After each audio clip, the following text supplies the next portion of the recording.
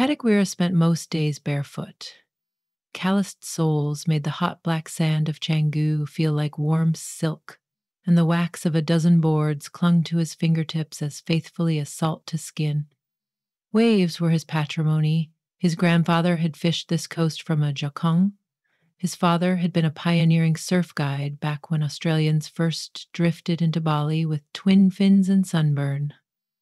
Katic, 32, and lean as a kite string, taught visitors to pop up and breathe with the tide, but it was the nights that kept him awake, long after the novices were gone, nights lit by moon and plankton.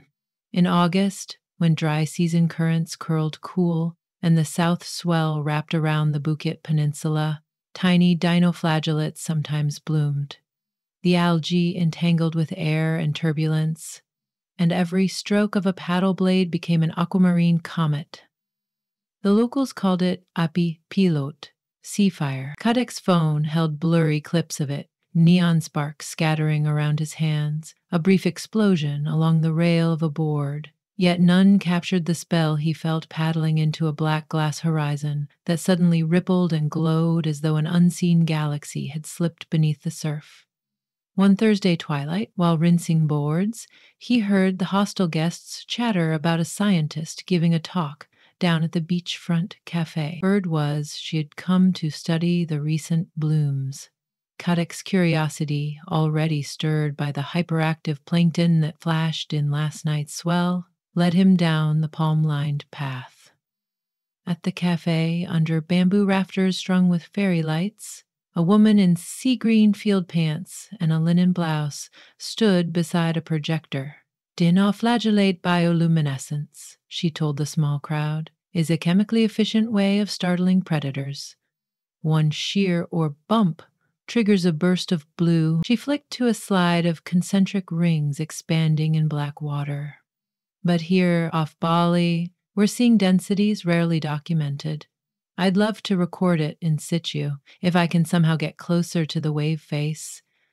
Katic, leaning against the bar, recognized that hunger. The surfers seeking the perfect barrel called it FOMO, the fear of almost.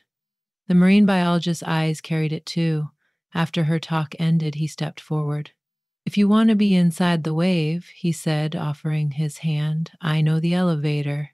She introduced herself as Dr. Maya Santoso, Indonesian by birth, graduate of the University of Tasmania and currently attached to LIPE's Oceanography Division. She smiled at the word elevator. You mean the curl? Exactly. Come at night, he told her. I'll tow you in. Maya raised an eyebrow. You tow scientist now? A tow friend, he corrected. Science friend, maybe. The phrase sounded childish, but she laughed. The next day she appeared at his warung just after sunset, carrying a pelican case, a dry bag, and an infectious animation. Katic had rigged 2 soft-top boards, one for him, one modified with GoPro mounts and a handle fixed near the nose so Maya could brace while lying prone. He'd also added small suction cup housings for her sensors. As they waxed the decks beneath a growling horizon, Maya explained chemiluminescence like a recipe. Luciferin plus luciferase equals light. But the plankton don't waste energy, she said, so unless we agitate them at the right moment of the wave, we'll capture nothing. That's why I need someone who can place me inside the living blender. The evening breeze smelled of clothes and grilling fish. Overhead, stars slowly took ownership of the sky from the furnace of tropical dusk. By 9, moonrise hovered a pearly coin balancing on the sea's rim. They paddled beyond the break, a universe of quiet punctuated only by Katic's rhythmic strokes. Maya's scientific pragmatism yielded to wonder as her hands dissolved in pale flecks each time she dipped them. Like holding Teslan lights, she whispered. Wait until the takeoff, he said. A set approached, deeper than the scattered chop that had preceded it. From the back, the first swell looked like dyed onyx, but the crest teased brighter, an opalescent edge. Katic spun his board, nodded at Maya, and dug in. She matched him, her modified board nosing downward as the waves steepened. Time telescoped into a heartbeat. As water lifted, the entire face ignited. millions of plankton firing in synchronized alarm. It was as if they were sliding down the inside of a blue torch. Maya screamed not in fear, but in elation, the sound lost under the roar. She clung to the handle, her camera rigs blinking red. For the long, sloping 5 seconds before the section closed out, she filmed a corridor of living light. When they kicked out into the channel, she thumped the deck, eyes vacant with disbelief. Again, was all she managed. They repeated until arms trembled. Every ride, the wave translated into sheets of electric foam around them, and every ride Maya captured another angle, forward, backward, over the rail. By midnight, the wind swung on shore, ruffling the surface and scattering the concentration of plankton. They paddled in. Exhausted, they flopped on the sand by the beached boards. Kadek felt the warm presence of her shoulder an inch from his. Above, the moon teemed with Orion. The only illumination was residual, but to Kadek's eye, Maya herself seemed faintly luminescent after so much time amid living sparks. Those images, she exhaled, could rewrite what we know about bloom behavior near surf zones. He nodded, but his attention drifted to the silver wetness at the corner of her mouth. On impulse that surprised him, Kadek was rarely shy. He asked, "Do you camp near here?" "La Benusadua," she said, "but I booked a guest house tonight so I wouldn't have to drive." "Why?" He shrugged. "Thought maybe tomorrow you'll want Dawntide as well?" Her grin was slow, conspiratorial. "Coffee first, but yes." The next morning, they loaded the footage into Maya's laptop at a table shaded by a bougainvillea burst. Steam rising from 2 Balinese Kopi Tubruk, the first frame alone was arresting. The inside of a wave looked less like water and more like the borealis in liquid form. "You're inside a nebula," Maya murmured. Kadek traced the screen edge with a fingertip. He had chased barrels for years, but seeing them transformed by science-pneumatic overlays of lumens, chemical signatures, felt like someone had handed him a secret map of a home he already knew. He looked over and found Maya observing him, not the footage. "You love it," she said, voice soft. "It's my temple," he answered without thinking, then realized how bare that sounded. Rather than laugh, Maya nodded as though accepting a private confession. They spent the afternoon transferring video files, labeling metadata, charging batteries. At one point, the rough pad cluster in the courtyard exploded, with kids playing Sepik Takraw. A rattling palm ball ricocheted near their table, and Kadek volleyed it back with barefoot ease. Maya applauded, a amused dimple appearing in her cheek. When evening came, they prepared for another session, aiming to test whether moon phase affected plankton intensity. But clouds banked over Java, and by sundown, fat droplets drummed the eaves. Thunder growled hillside to sea. Kadek leaned against the doorway of his warung, rain glistening down wooden beams. Maya, hugging her laptop to protect it from spray, said, "No surf elevator tonight." "Want curry instead?" he offered. They ate at a warung lit by storm lanterns. Kadek recounted childhood memories. Cliff diving near Uluwatu, sneaking ceremonial kite frames into math class. Maya revealed a field stint tagging manta rays in Komodo, and an embarrassing mishap involving an inflatable dolphin used for protest art. Laughter stitched between thunderclaps. By dessert, pisang gogor and honey, Kadek sensed the air between them shift. The world outside the lantern circle was wet ink, but warmth gathered across the small table. He felt her bare ankle brush his calf. It lingered. "Tomorrow," she said. "Wind goes west. Clear skies. Forecast." "I'll wax the boards," he answered, though words felt inadequate. Something unsurfable yet strong arced under his ribcage. That night he dreamed of neon pulses curling through dark water, each pulse shaped not like plankton, but like the curve of her smile. They resumed fieldwork for 6 nights, timing blooms with tidal databases. Maya fitted the front mount with a small spectrometer. Kadek improvised leash attachments so the cables wouldn't snag. Each trip deepened their codependence. He reading sets, she reading sensors. He controlling the physical line of descent, she the numeric. It was a choreography that felt older than either discipline, a fisherman's son and a scholar dancing with the sea. Between sessions, they grew unguarded. Maya's hair, once tied tight, now fell in salty curls. Kadek, usually reticent about family, told her how his mother folded temple offerings out of young coconut leaves, believing each pleat could steer fate. Maya responded by admitting she'd joined marine science, partly to escape the political labyrinth her diplomat parents tried to usher her through.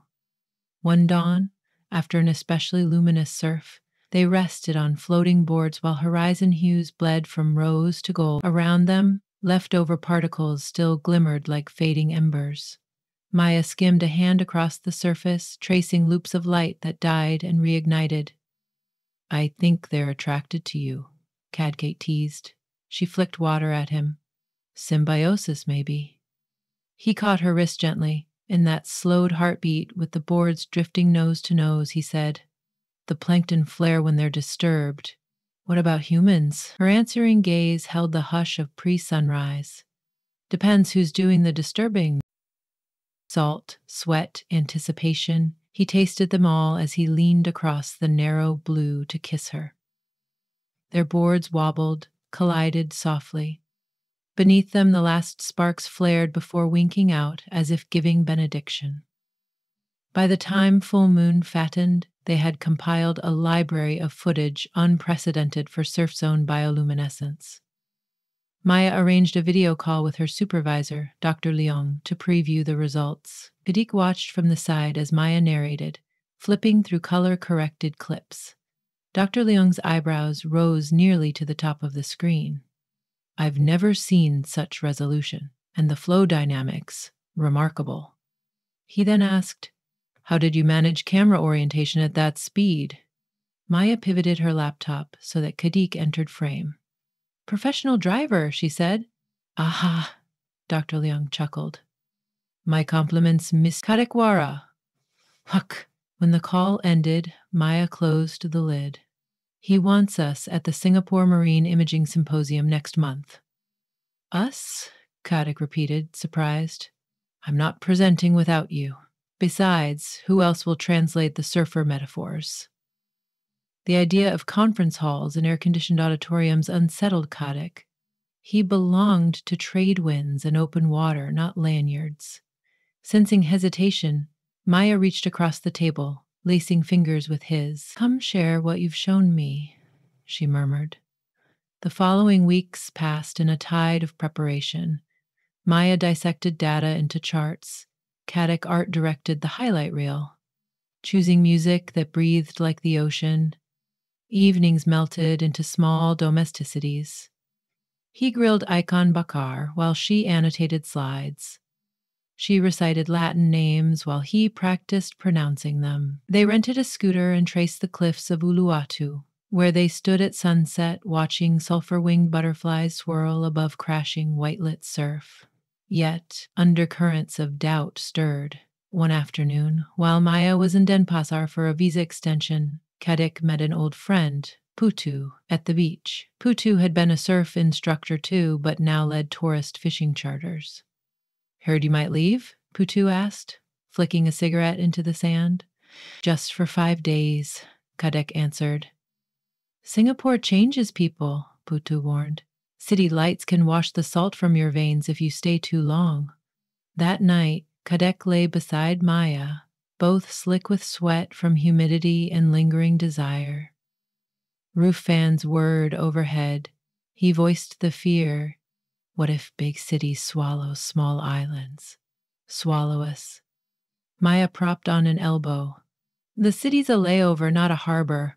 I'll be back in the field, and you," she traced a finger down his sternum, "you'll still taste the tide each morning. But you could get offers, big labs, big grants." "So could you," she countered. "Everyone who sees the footage asks who the cameraman is." Then, softer, "We choose where our currents carry us, Kadek, not the other way." In Singapore, carpeted corridors and neon escalators initially jarred him. Yet when the symposium lights dimmed and their video rolled on a theater screen, the room, inhaled as one. The wave unfurled in slow motion, and the audience gasped at the sudden electric bloom. On faces of professors and students alike, Caddick recognized the expression of first contact, the same luminous awe that had ignited him long ago. It was the glow he had found in Maya on that initial night under bamboo rafters. After their talk ended, questions flew. Equipment specs, turbulence thresholds, behavioral hypotheses. Caddick answered those about board speed and vector angles. Maya handled the biochemical. They moved in unison, as seamlessly as they had on the water. When applause rose, Caddick felt the city ceiling stretch open long enough for the sea to breathe through. That evening, they celebrated on the Marina Bay waterfront. Skyscrapers cast constellations of glass and steel, reflecting pool fountains danced. It struck Caddick how these city lights mirrored in a different palette the plankton's bursts. If Putu could see me now, he mused. He'd say you've swapped sea fire for starfire, Maya guessed. Not swapped, expanded. He turned to her, expression earnest. Surfing taught me one thing. Horizons aren't walls, they're invitations. Maya took his hand. So what horizon calls next? South Lombok has reefs few have filmed, he suggested. And you need more data on species variation, she grinned. I hear the elevator there is steeper. They returned to Bali for the remainder of the dry season. Word of their collaboration filtered through both surfing and research communities. A Japanese documentary crew requested to shadow them. An environmental NGO offered grants to diversify the footage into a marine conservation campaign, but the heart of their endeavor remained those moonlit rides where love and science flickered in tandem. One night, after the last set and before dawn birthed its gray, they floated quietly. It was new moon. No plankton alighted because the bloom had ebbed. Ocean and sky were matching shades of velvet. In the hush, Maya said, without the glow, it feels empty. Resting stars hide occasionally, so we remember why we miss them. He reached for her, pulling their boards nose to nose again. I'm glad the sea went dark tonight, he whispered, because it lets me see something else shine. She laughed softly, tears mixing with salt spray she hadn't noticed forming. I thought scientists made you nervous, only before I learned they're mostly poets with data sets. She kissed him then, under a sky that offered no light but what rose from the meeting of their lips. Months later, the campaign video they produced would be screened on beaches across Southeast Asia, inspiring pledges to reduce coastal pollution that threatened plankton blooms. Maya would secure funding for a long-term study based out of Bali. Caddick would integrate environmental education into his surf lessons. Together, they would continue chasing sea fire, carrying their own luminescence wherever waves met shore. For now, though, in the profound dark between tides, they floated suspended. All around, unseen creatures pulsed and spawned. Tidal forces stirred continents, moons tugged water like invisible strings, and at the junction of wave and heart, a surf instructor and a marine biologist drifted buoyant, boundaryless toward tomorrow's first glow, discovering that some phenomena are rarer and brighter than any science can explain, occurring only where curiosity and courage collide beneath the unending, generous sky.